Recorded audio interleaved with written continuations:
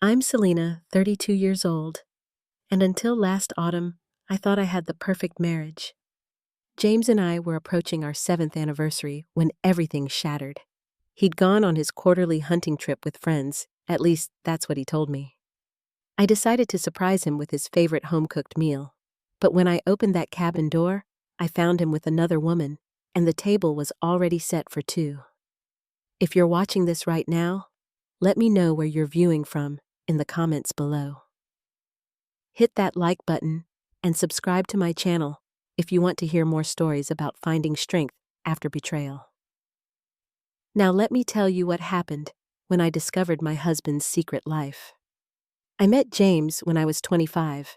Back then, I was entirely focused on building my career as a physical therapist in Denver.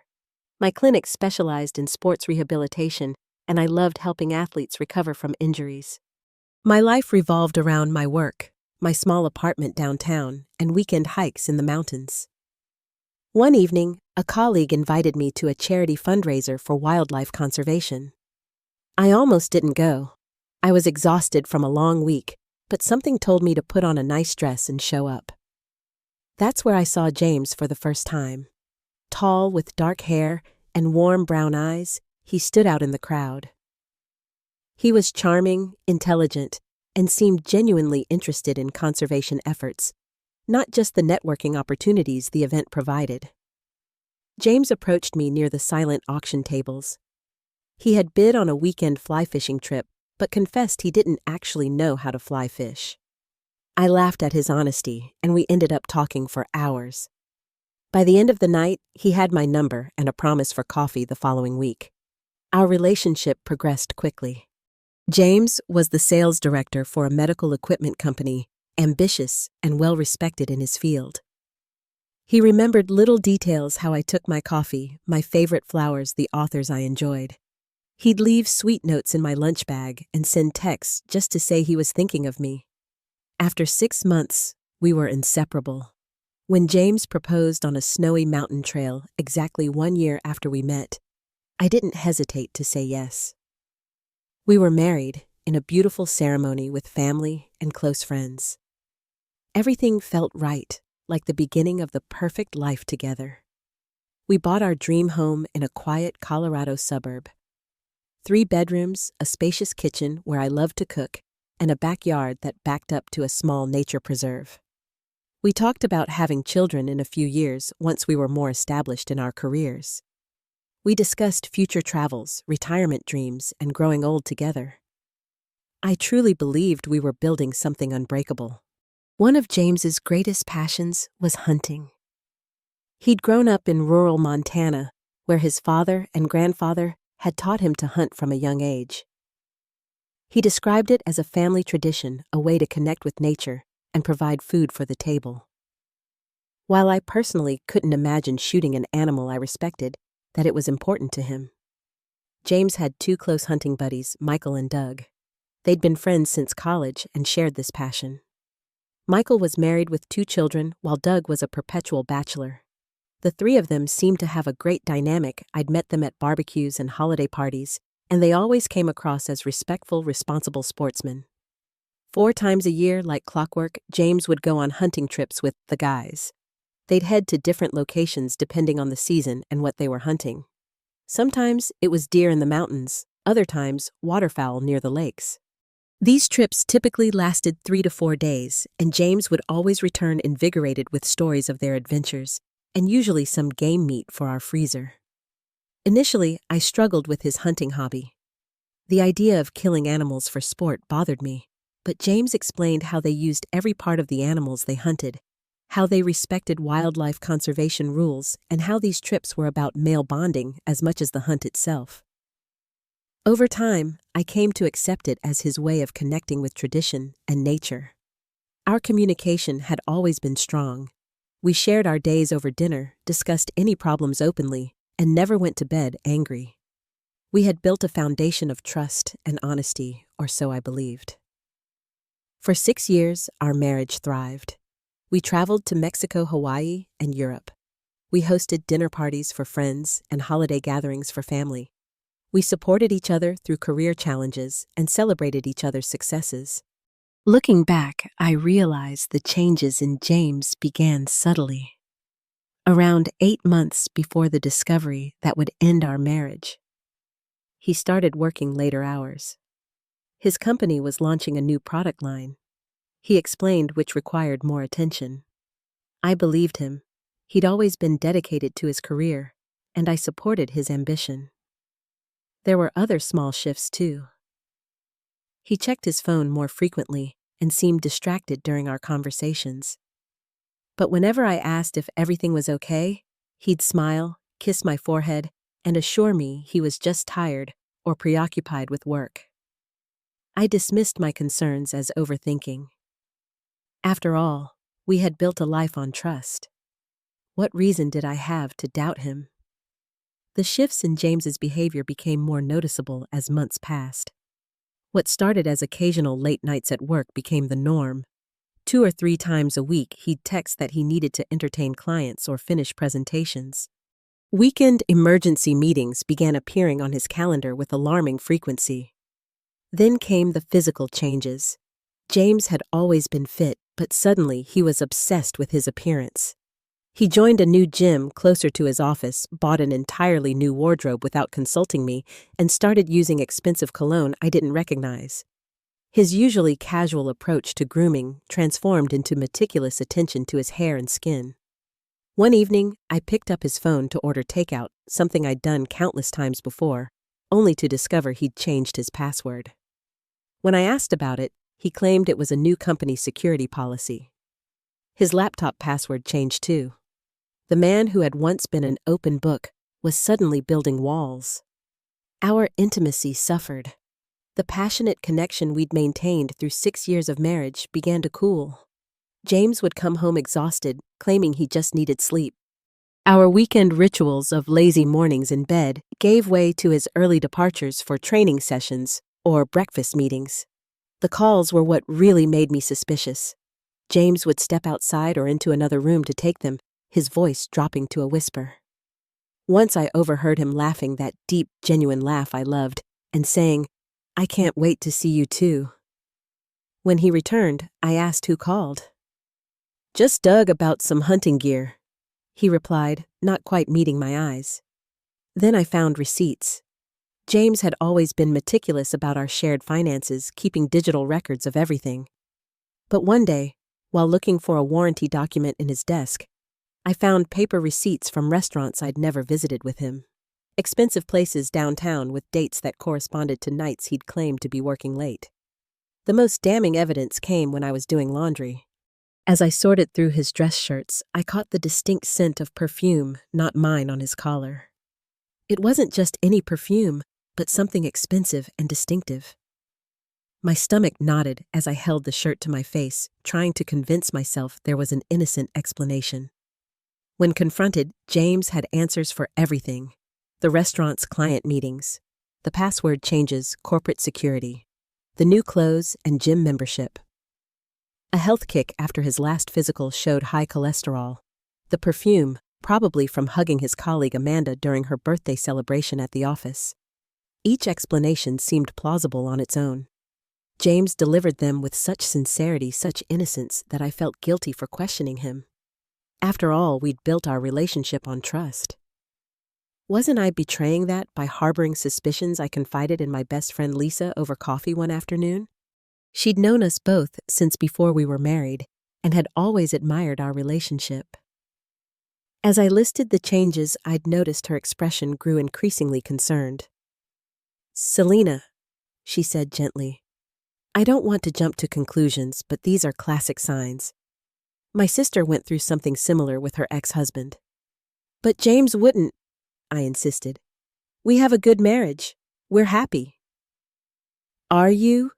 Lisa asked. "Are you really happy right now? Because you don't sound happy. You sound anxious and confused." Her words stayed with me. Was I happy I'd been so focused on figuring out what was happening with James that I hadn't stopped to assess my own emotional state? The constant wondering, the analyzing of his every move and explanation, it was exhausting. I decided to try rekindling our connection. I planned special dinners with his favorite foods, bought new lingerie, suggested weekend getaways to places we'd enjoyed in the past. For a brief period, James seemed to respond. He came home earlier, was more attentive, more like his old self. I started to believe that whatever had been happening was just a phase job stress, or perhaps a mild midlife crisis. But then he slipped back into his distant patterns. The late nights resumed. The secretive phone calls continued. The emotional wall between us grew higher. When James announced he was planning another hunting trip, something felt different. It was September, an unusual time for his regular trips. The location he mentioned, a remote cabin in eastern Colorado, wasn't his typical hunting ground. He seemed overly excited, almost nervous as he described the weekend plans. "Doug found this great spot," he explained. "Michael might join us for a day, but he's got his daughter's soccer tournament." I nodded and smiled, but inside the knot of suspicion tightened. As I helped him pack his gear, I noticed he was taking clothes he'd never worn hunting before. Nicer jeans, button-down shirts, the expensive cologne. Who dresses up to hunt deer in the wilderness? James's hunting trip announcement came on a Tuesday evening over dinner. He casually mentioned that he'd be heading out that Friday for a 3-day trip. "Eastern Colorado has some great early-season opportunities," he said, focusing intently on cutting his steak. "Doug's friend owns a private cabin out there. Really secluded. Great hunting grounds." Something about his delivery felt rehearsed. I'd become an unwilling expert in James's tells over the past months, the way he wouldn't quite meet my eyes when bending the truth, how he'd offer too many unsolicited details. "Early season isn't September unusual for deer hunting?" I asked, trying to keep my tone conversational. "Oh, it's special access," he said vaguely. "The landowner has some permits for population control." I nodded as if this made perfect sense, though I knew enough about hunting regulations from James's previous trips to recognize this explanation sounded off. The location choice struck me as odd, too. James typically preferred the mountains for their challenging terrain and breathtaking views. A cabin in the Eastern Plains didn't fit his usual preferences. 2 days later, I had an accidental discovery that turned my suspicions into near certainty. James had left his laptop open while showering. A notification popped up, a text message from Michael that synced to his computer. "Sorry, man, can't cover for you this weekend. Emma found out I told Sarah I was with you last month when I was actually at the conference. In the doghouse, big time. You're on your own with the hunting story." I stepped back from the laptop, my heart racing. Cover for him. Hunting story. The message confirmed what I'd feared. James was lying. But about what exactly? And who was he really going to be with? That afternoon, I met Lisa for coffee and showed her a screenshot I'd taken of the message. "You need to find out what's going on," she said firmly. "This isn't healthy, Selena. The not knowing is eating you alive." "What am I supposed to do? Hire a private investigator?" I asked, half joking. Lisa's expression turned thoughtful. "Why not surprise him at the cabin?" The idea took root immediately. I could drive up on Saturday bringing a home-cooked meal as a surprise. If he was actually hunting with friends, it would be a lovely gesture. If not, well, I'd finally have the truth, however painful it might be. That evening, I began my planning. First, I needed the exact cabin location. James had mentioned it belonged to Doug's friend, but I had no way to contact this person. Then I remembered James saved all his trip details in a folder in his email. He was meticulous about keeping records. While he was in the shower, I quickly checked his email on his still-open laptop.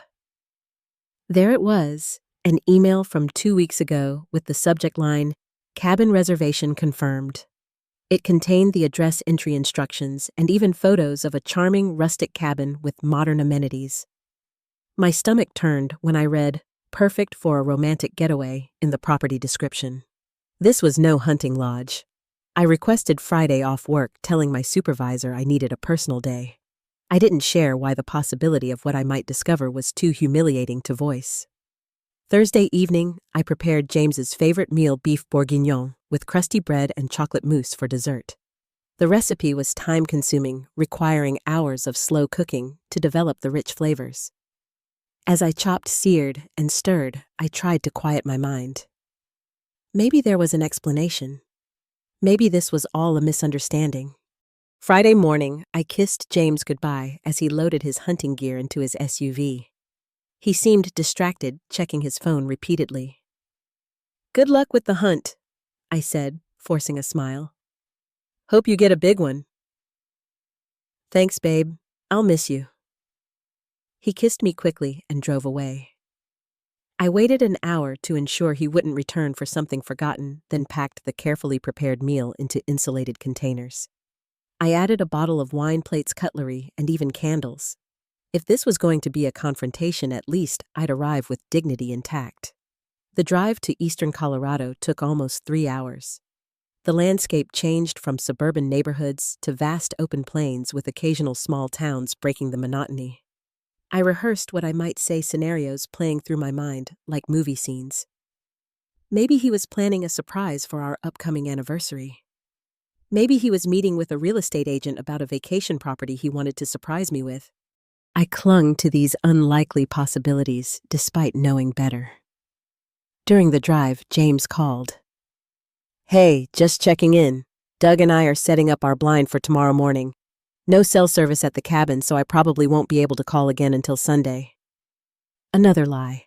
The cabin listing had specifically mentioned excellent cell reception as a selling point. I managed to keep my voice steady as I wished him good hunting and told him I loved him. As I neared the location, I followed GPS directions down increasingly remote roads. The final turn led to a private drive cutting through a small wooded area unexpected in this region of Colorado. The trees opened to reveal a picturesque clearing with the cabin from the photos, its large windows reflecting the afternoon sun. My heart sank when I saw an unfamiliar car parked beside James's SUV. It was a sleek red Audi, definitely not Doug's practical pickup truck. This unknown vehicle, with its personalized license plate and city parking permit sticker, confirmed my worst fears before I even stepped out of my car. With trembling hands, I gathered the insulated bags containing dinner. The scent of beef bourguignon, James's favorite meal that I'd spent hours preparing, now seemed to mock me. I checked my appearance in the rearview mirror, a habitual gesture that seemed absurd given the circumstances.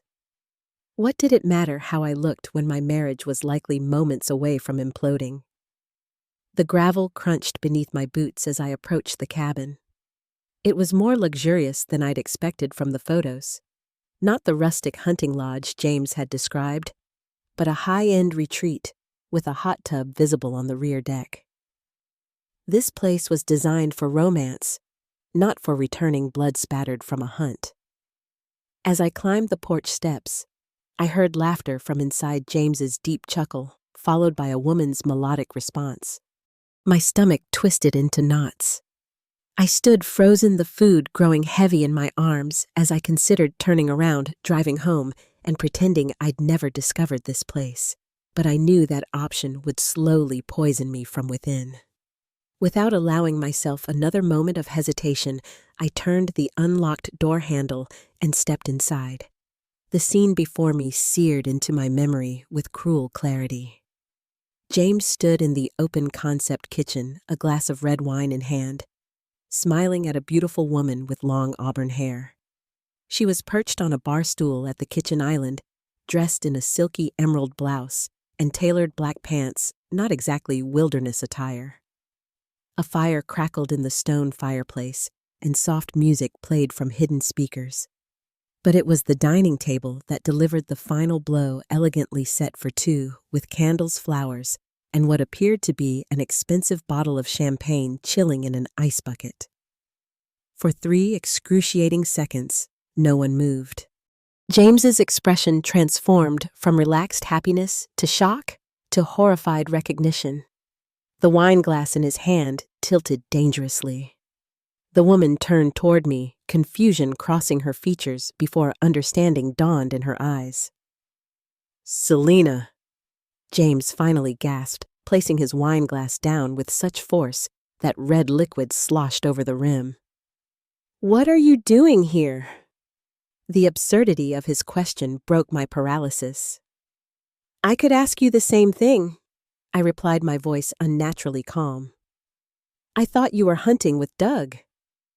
The woman slid off her bar stool, smoothing her pants in a nervous gesture. She was stunning, tall and graceful, with delicate features and impeccable makeup. She looked about my age, maybe a few years younger. "I should go," she said quietly. "No," I countered, stepping further into the room. "Please stay. I'd really like to know who you are and how long you've been sleeping with my husband." James moved between us, hands raised as if directing traffic. "Selena, I can explain. This isn't what it looks like." I finished for him, finally setting down my bags of food on a side table. "Because it looks like you've been lying to me. It looks like your hunting trips have been covers for romantic getaways. It looks like our entire marriage might be a lie." The woman looked genuinely distressed. "James," she said, her voice strained, "you told me you were separated. You said you were filing for divorce." A fresh wave of nausea hit me. Not only was James cheating, but he was also lying to this woman about our marriage. "We're not separated," I told her directly. "We had breakfast together this morning before he left for what he called a hunting trip with the guys." The color drained from her face. "Is that true?" she asked James. He ran his hands through his hair, a gesture I'd once found endearing. Now it just seemed like the action of a man buying time to construct more lies. "Natalie, it's complicated," he began. "It's really not," I interrupted. "Either we're separated and filing for divorce, or we're not, and we're definitely not." "I work with James," Natalie said to me, gathering her composure. "We've been involved for about 10 months. He told me his marriage was over in all but paperwork." 10 months. The timeline hit me like a physical blow. 10 months of lies. 10 months of me questioning my own intuition while he betrayed me. "The hunting trips," I said, turning to James. "Have they all been with her?" His silence was confirmation enough. "Every single one this year," Natalie answered for him. "Montana in January, the cabin in Wyoming in April, the lake house in July." Each location corresponded with trips where James had returned with elaborate stories of adventures with Michael and Doug, sometimes even with game meat. I now realized he must have purchased to maintain his cover. "How could you?" I asked, my voice finally breaking. 7 years, James. Were any of them real?" "Of course they were," he insisted, taking a step toward me. "This just happened. I made a mistake. I got caught up in something, but it doesn't erase what we have." "Had," I corrected him. "What we had." I glanced at the table set for their romantic dinner, then at my bags of carefully prepared food. The perfect metaphor for our marriage, me pouring love and effort into something while he created a parallel life elsewhere. "I'm sorry," Natalie said, gathering her purse. "I truly didn't know. I would never have—" She trailed off, moving toward the door. "I'll get a hotel room in town." As she left, the cabin fell into a heavy silence, broken only by the crackling fire. "Who else knows?" I asked. "Michael, Doug, have they been covering for you this whole time?" James sank onto the couch, head in his hands. "Just Michael. Doug thinks I've been going on work retreats." "So Michael's been lying to his wife too. Nice friendship you've got there." "Selena, please," James pleaded. "We can work through this. I'll end it with Natalie. It was a stupid mistake. You're the one I want to build a life with." I looked at the man I'd loved for 7 years, the man I'd believed was my partner and best friend, and felt nothing but a hollow ache. The James I thought I knew would never have been capable of such calculated deception. "The food's getting cold," I said flatly, gesturing to my bags. It's beef bourguignon, your favorite. I spent all day making it to surprise you. Without waiting for his response, I turned and walked out, leaving behind both the meal and the man I thought would be with me forever. The drive back was a blur of tears and danger. I shouldn't have been behind the wheel in my emotional state, but I couldn't bear to stay another minute in that cabin. My hands shook on the steering wheel as I navigated the winding roads back toward the highway. Twice I had to pull over when sobs made it impossible to see the road ahead. Night fell as I drove, but I couldn't face returning to our home, the house we'd picked together, filled with photos of our life and dreams.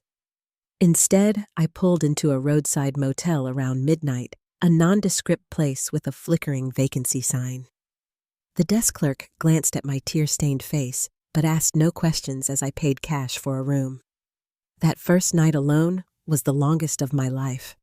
I sat on the edge of the bed in the sterile room, still wearing the clothes I'd carefully chosen for my surprise visit.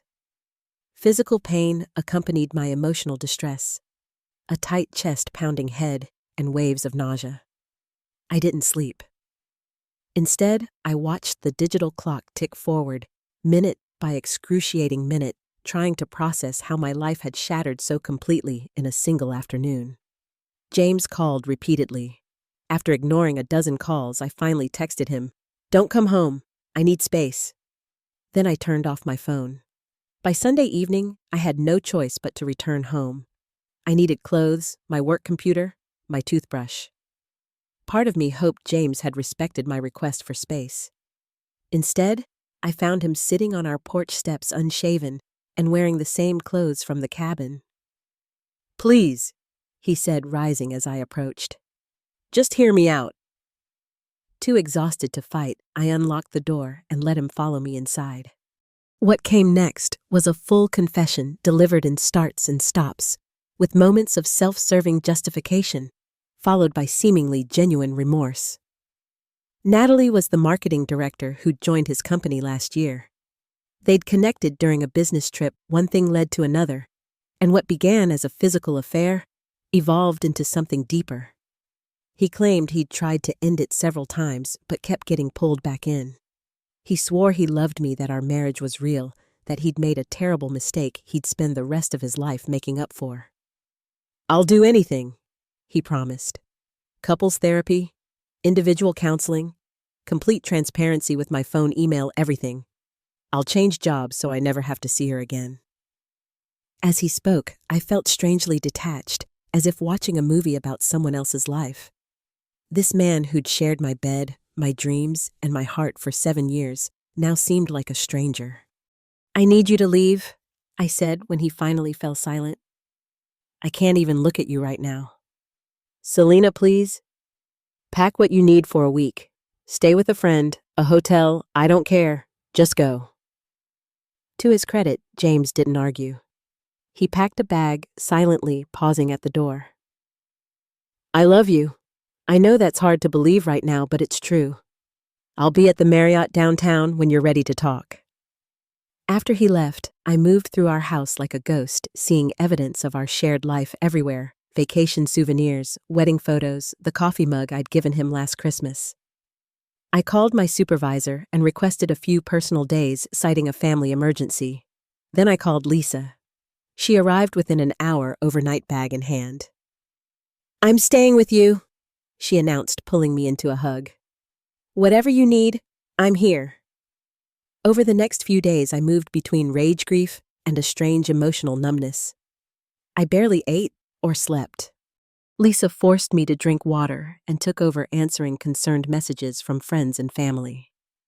I couldn't bear to explain what had happened to make James's betrayal real by speaking it aloud. James continued his campaign for forgiveness flowers delivered daily, which Lisa intercepted heartfelt emails and messages relayed through mutual friends. I ignored them all, focusing solely on surviving each day. A week after the discovery, I agreed to meet Natalie at a coffee shop halfway between our workplaces. I needed to hear her side without James's influence. She arrived looking as emotionally drained as I felt. "I didn't know about you," she began immediately. "Not the real you.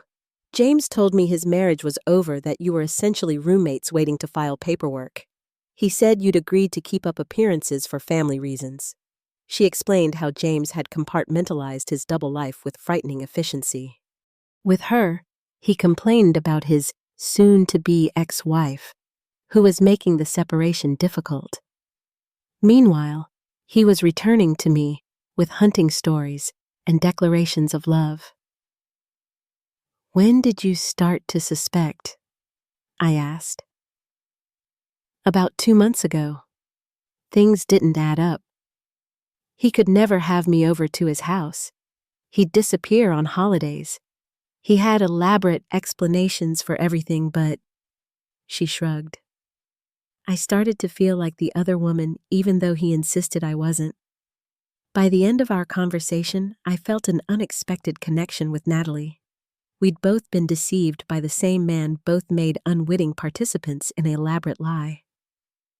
"What will you do now?" she asked as we prepared to leave. "I don't know," I admitted, "but I can't imagine trusting him again." She nodded, understanding. "I ended things with him that night at the cabin. For what it's worth, I'm truly sorry." That afternoon, I consulted with a divorce attorney, a sharp-eyed woman recommended by a colleague. She laid out my options, dispassionately explaining Colorado's status as a no-fault divorce state and what that meant for asset division. I left with a folder of paperwork and the first sense of control I'd felt since opening that cabin door. Our 7th wedding anniversary passed during this period, a day I spent alone in our bed, looking through old photos and wondering how much of my marriage had been real. James sent a handwritten letter that I couldn't bring myself to read. As I began putting our house in order, I found more evidence of his deception, hidden credit card statements showing jewelry purchases I'd never received, hotel charges in our own city, restaurant bills for meals allegedly eaten with clients. The depth of his deception was staggering. James moved his essential belongings out while I was at work, respecting my request for space, but leaving notes professing his remorse and desire to reconcile. Each time I entered a room where something of his was missing, his books from the shelf, his favorite chair, his coffee mug, I felt both loss and relief. The house began to feel emptier, but somehow less suffocating. 2 months after discovering James's affair, I hit rock bottom. The initial shock had worn off, leaving a persistent hollowness that colored every aspect of my life. I was going through the motions at work, barely engaging with friends, and spending evenings staring blankly at the walls of what had once been our happy home. One Wednesday morning, I called in sick, unable to face another day of pretending I was fine. I lay in bed until noon, scrolling through old photos on my phone, torturing myself with images of happier times. Had he been cheating even then? Was he thinking of her while smiling next to me in these pictures? As sunlight streamed through the bedroom window, something shifted inside me. I was tired of feeling like a victim. Tired of giving James the power to destroy my happiness. Tired of wondering what I could have done differently. I showered, dressed in my most confident outfit, and called the divorce attorney I'd consulted earlier. "I'm ready to move forward," I told her. "What's my next step?" Lisa had recommended this attorney, Gabriela Martinez, for her reputation as both compassionate and formidable. She didn't disappoint. "I need you to gather all financial documents," Gabriela instructed. "Bank statements, investment accounts, property deeds, tax returns, anything financial from the last 3 years. That afternoon, I began my investigation. James had always handled our finances, and I'd trusted him completely. Now, I pulled bank statements logged into accounts and requested records with the determination of a detective. What I discovered was infuriating. James had been using our joint accounts to fund his affair. Weekend getaways, expensive gifts, dinners at high-end restaurants, all paid for with our shared resources. Money we'd been saving for our future, for the children we'd planned to have had, been diverted to finance his double life. I documented everything meticulously, creating spreadsheets tracking every suspicious expense. When I presented my findings to Gabriella, she smiled grimly. "This strengthens our position considerably," she said. "While Colorado doesn't consider fault in dividing assets, judges take a very dim view of spouses who misuse marital funds for extramarital affairs." Armed with this information, I felt ready to take back control of my narrative. The final push came when I discovered James had told mutual friends that our separation was due to growing apart and communication issues, as if we'd both contributed equally to the marriage's demise. After consulting with Gabriella about potential legal implications, I composed a careful social media post. I didn't name Natalie or share explicit details of the affair, but I made it clear that our marriage was ending because of James's infidelity, not because we'd grown apart. I mentioned the duration of the affair and his pattern of deception without descending into bitter accusations. The response was overwhelming. Friends, family members, and colleagues rallied around me with messages of support. Most surprising was the call from James's mother, Martha. "I raised him better than this," she said, her voice thick with disappointment. "I want you to know that your father-in-law and I don't condone what James did. You've always been a daughter to us, and that doesn't change because our son made terrible choices." Her support meant more than I could express. I'd always loved James's family and had feared losing them in the divorce. With my support network solidified and financial evidence in hand, I instructed Gabriella to file for divorce. My terms were straightforward: an equitable division of assets, with compensation for the funds James had spent on his affair. I wasn't looking to punish him financially, just to ensure I wasn't paying for his betrayal with my financial security. James's reaction to the filing was panic. He showed up at the house unannounced, begging for another chance. "We can fix this," he insisted. "People overcome affairs all the time. What we had was real." Looking at him standing on our porch, the man I'd once believed was my forever, I felt something shift inside me. The paralyzing pain was being replaced by a quiet strength. "You didn't have an affair, James," I said calmly. "You lived a double life. For almost a year, you systematically lied to me about where you were, who you were with, and what you wanted. That's not a mistake. That's a choice you made thousands of times." His face crumpled. "I never stopped loving you." "Love doesn't behave that way," I replied. "Please respect the boundaries my lawyer communicated. Don't come here again without arranging it first." As I closed the door, I felt the first stirrings of my own power returning. I hadn't asked for this situation, but I could control how I responded to it. I joined a support group for people dealing with betrayal in relationships. Hearing others' stories helped me realize I wasn't alone and that my emotional responses were normal. I started therapy to process the trauma of James's deception and to understand why I'd missed or dismissed the warning signs. With the divorce proceedings underway, I redirected my energy into my career. I took on challenging new patients, pursued advanced certification in sports rehabilitation, and reconnected with professional contacts I'd neglected. My work became a sanctuary where I could focus on helping others and feel competent and valued. I also began reclaiming our shared home as exclusively mine. I repainted the bedroom, rearranged the furniture, and replaced the living room art with pieces that spoke to me. Each change, however small, helped me visualize a future that belonged solely to me. In a symbolic gesture that brought unexpected satisfaction, I sold James's expensive hunting equipment, the gear he'd used as props in his elaborate deception, and donated the proceeds to a wildlife conservation organization. The irony felt appropriate. 6 months after the cabin discovery, I had a chance encounter with Michael James's friend, who had helped cover for his affairs. He approached me hesitantly at a local coffee shop. "Selena, I know you probably hate me," he began. "I don't hate you, Michael. I just don't respect you." He nodded, accepting the judgment. For what it's worth, I told James he was making a terrible mistake. I covered for him once early on, and then he kept putting me in impossible positions. I should have refused. Yes, you should have, I agreed. Your loyalty should have been to both of us, not just to James. Before we parted, Michael shared something that validated my decision to end the marriage. James and Natalie's relationship had imploded shortly after being exposed. Without the thrill of secrecy and forbidden romance, their connection couldn't withstand the reality of what they'd done. A week later, James made his final attempt at reconciliation. He came to the house scheduled through my lawyer as required, with photos from our happier days, letters he'd written about his remorse, and a detailed plan for rebuilding trust. Natalie meant nothing, he insisted.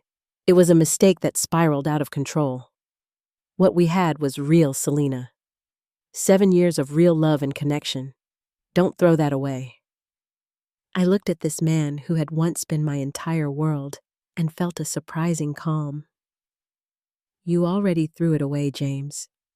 Repeatedly, deliberately for nearly a year. I deserve better than what you're offering, which is a relationship where I'd always be waiting for the next betrayal. As he left, shoulders slumped in defeat, I realized I'd finally chosen myself over the comfortable lie of reconciliation. It wasn't the ending I'd wanted for our story, but it was the beginning I needed for mine. 1 year after opening that cabin door and discovering my husband's betrayal, I stood in the kitchen of my new home, arranging fresh flowers in a vase I'd bought during a solo trip to Santa Fe. The morning light streamed through windows that had never been shared with James, illuminating a space that was entirely mine. The divorce had been finalized 5 months earlier. With my attorney's skilled negotiation, I'd received a fair settlement that acknowledged James's misuse of our joint funds. While no amount of money could compensate for the emotional damage, the settlement provided the financial security I needed to start fresh. I'd sold our suburban house, unable to escape the memories embedded in its walls. Instead, I'd purchased a smaller but charming craftsman-style home closer to downtown Denver. With its vintage character and modern updates, it reflected who I was becoming, someone honoring her past while embracing a new future. Therapy had been transformational. My therapist, Dr. Rivera, helped me understand that James's betrayal wasn't a reflection of my worth, but of his character. We worked through the trauma of discovery, the grief of losing both my marriage and my perception of reality, and the fear of trusting again. Betrayal trauma creates a unique kind of damage, Dr. Rivera explained during one session. It's not just the loss of the relationship, but the loss of your ability to trust your own perceptions. James gaslit you for months, making you question your intuition when it was actually warning you correctly. Learning to trust myself again became my primary goal. I began keeping a journal documenting moments when my intuition whispered warnings or reassurances, and tracking how often those inner nudges proved correct. Gradually, the relationship with myself strengthened. My social circle had evolved during this year of healing. Some friends drifted away uncomfortable with the messiness of my pain or unwilling to choose sides. Others, particularly Lisa, showed up with unwavering support, and new connections formed especially through my support group for betrayed partners. One unexpected friendship developed with Mariana, a fellow physical therapist who'd gone through a similar experience years earlier. Her perspective, tempered by time and healing, provided hope when mine wavered. We began hiking together on weekends, the physical exertion and natural beauty providing therapy beyond what any counselor could offer. I rediscovered passions I'd neglected during my marriage. I took photography classes, joined a community garden, and resumed playing the piano, something I'd loved in college but had abandoned due to the demands of career and marriage. These activities weren't just hobbies. They were declarations of selfhood, reminders that I was a complete person independent of my relationship status. 6 months after the divorce, I took a bold step, a 3-week solo trip to Europe. I visited Paris, Barcelona, and the Italian coast, staying in small boutique hotels and navigating foreign cities on my own. Each successful negotiation of a metro system, each conversation in broken Spanish or Italian, each beautiful sunset enjoyed alone on a beach built my confidence. Professionally, I thrived. The focus I'd redirected into my career paid dividends when my clinic offered me a position as rehabilitation director, overseeing our sports medicine programs. The promotion came with increased responsibility, but also greater flexibility and creative control. I implemented new treatment protocols and mentoring programs for junior therapists, finding unexpected fulfillment in leadership. Dating again happened gradually and on my terms. First came casual coffee meetings arranged through a dating app, brief encounters where I practiced being authentic about my past without letting it define my future. Some men disappeared when I mentioned my recent divorce. Others seemed too eager to fix me. But a few genuine connections emerged, men who respected my journey and were patient with my cautious approach to intimacy. Andrew was one such connection, a landscape architect I met through the community garden. Our relationship developed slowly, built on friendship and shared interests rather than intense chemistry or romantic grand gestures. He knew my story and understood my triggers like unexplained absences or changed plans. His transparency and consistency were healing. When I occasionally heard updates about James through mutual friends, I found they affected me less and less. He'd moved to Chicago for a fresh start, dated briefly, and seemed to be doing some genuine soul-searching. I no longer wished him ill. I simply wished him elsewhere. The most profound change was internal. I'd learned to sit with discomfort, to face painful truths, and to trust myself even when afraid. I discovered a resilience I never knew I possessed. One evening, as I sat on my new porch, watching the sunset paint the sky in shades of pink and gold, I reflected on the words Dr. Rivera had shared in our final regular session. Healing isn't about erasing the scar. It's about carrying it with grace, knowing it represents both a wound and the strength it took to survive it. My scar remained. I still approached relationships with caution, still had moments of doubt, still occasionally woke from dreams where I was back in that cabin doorway. But the acute pain had transformed into something else, wisdom perhaps, or a deeper capacity for compassion, both for others and for myself. I'd begun volunteering monthly at a women's shelter, sharing my experience and the practical lessons I'd learned about financial independence and legal resources. Helping others navigate similar betrayals gave purpose to my pain. Looking back over the year, I realized that James's betrayal, while devastating, had ultimately given me an unexpected gift, the opportunity to discover who I was when everything I thought I knew fell apart. The answer surprised and delighted me. I was stronger, more authentic, and more compassionate than I'd ever imagined. The future stretched before me, unscripted and full of possibility. There would be more challenges, more joys, more growth. But now I faced them as a woman who knew her worth, who had rebuilt herself from the broken pieces of betrayal into something more beautiful than before. If you've ever experienced betrayal or deception in a relationship, I hope my story reminds you that healing is possible. The path isn't linear and it isn't quick, but it leads to a place of unexpected strength and peace. I'd love to hear your thoughts or experiences in the comments below.